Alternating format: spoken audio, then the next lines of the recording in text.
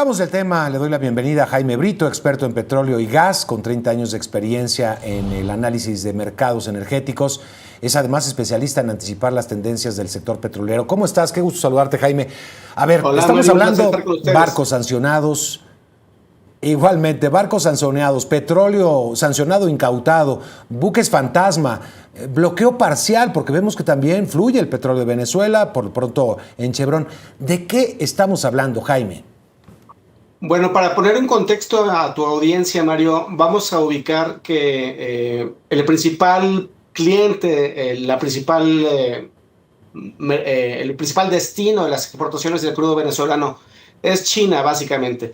China tiene una capacidad de refinación gigantesca y tiene que importar diariamente más o menos 12 millones de barriles por día. De estos 12 millones de barriles por día, más o menos entre 500,000 a 600,000 barriles por día son de Venezuela.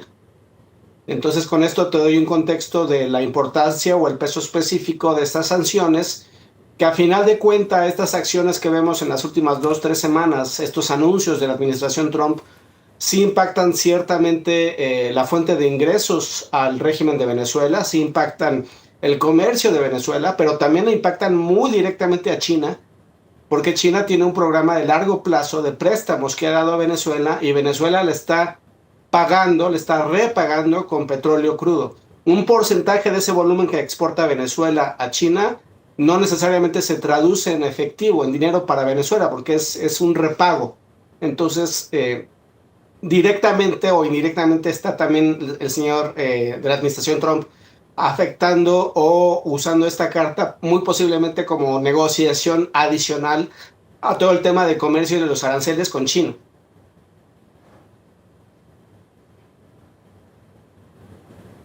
Ya. Ahora, el gobierno de Venezuela sostiene que el bloqueo a sus buques puede afectar la economía global. ¿Qué tan lejos está esto de la realidad? Porque, bueno, me estás hablando de 12 millones de barriles diarios que requiere China, cerca de 500, 600 mil podrían venir de Venezuela, pero ¿esto afectaría, digamos, realmente los precios internacionales del crudo? Normalmente, Mario, en un mercado prepandemia 2017-19, en un mercado más convencional, donde no tuviéramos una guerra en Ucrania y Rusia, un tema de tasas de interés altísimas que se están ajustando a la baja, etcétera, sí hubiera impactado mucho más el ver 500,000 barriles por día o 600,000 barriles por día de crudo venezolano amenazados con dejar de fluir. Si hubiera subido el precio del crudo Brent, digamos, $5, $10, pero en este año en particular y en este momento en el tiempo donde hay un pesimismo o una incertidumbre por el crecimiento económico mundial dentro del contexto del impacto de los aranceles, etcétera, los participantes financieros que normalmente entran a los mercados a comprar contratos de futuros, los que provocan estas reacciones, estas percepciones para incrementar el precio del crudo cuando pasan este tipo de eventos, no han estado presentes, han evitado comprar contratos de futuros. Entonces, lo que te quiero decir es que en contexto actual, cuando la OPEP lleva 6 meses anunciando incrementos de producción, Estados Unidos ha incrementado su producción de manera sensible este año, a pesar de los precios relativamente bajos.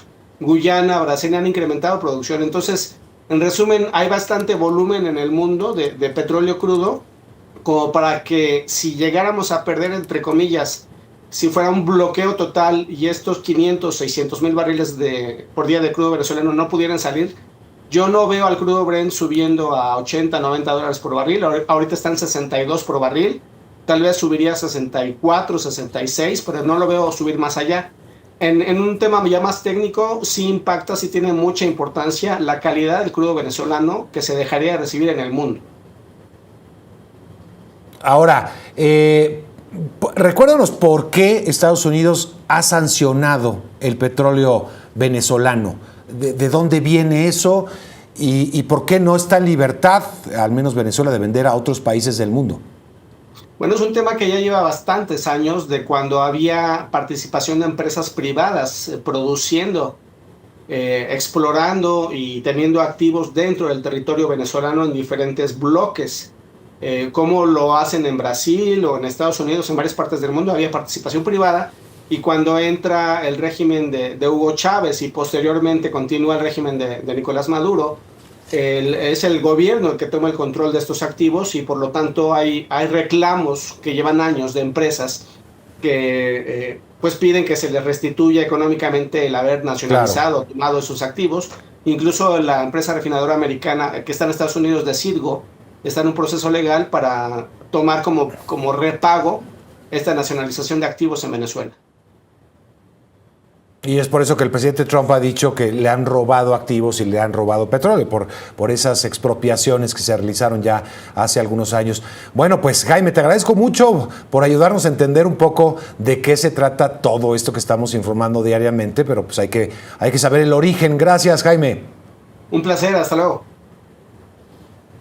Gracias, es Jaime Brito, experto en petróleo y gas, con una experiencia muy larga en el análisis de mercados. Desde este mes del 2025, este año que termina, las sanciones a los barcos petroleros por parte de Estados Unidos, barcos venezolanos, se ha transformado en un bloqueo casi total. Y ahora acaba de salir otro barco, el Canopus Voyager, que salió del país caribeño rumbo a Texas, en medio de toda esta escalada cada vez más violenta entre Estados Unidos y Venezuela.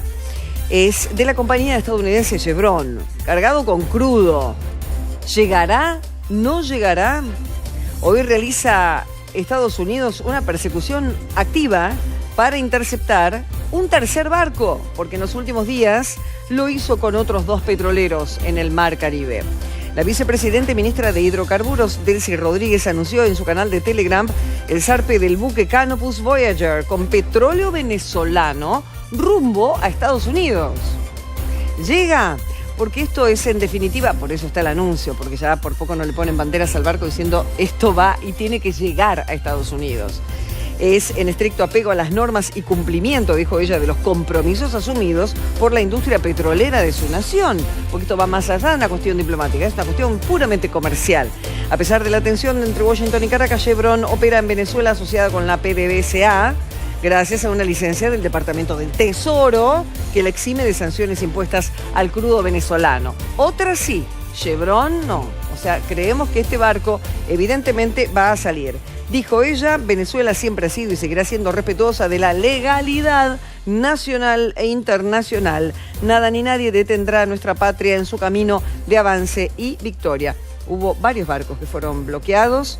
Incautación del Skipper el 10 de diciembre, el Centuries de bandera de Panamá el 20 de diciembre, el Bella 1, que creen que tenía petróleo iraní, pero en este caso es de la compañía Chevron. Se ríe Manuel, se ríe Manuel.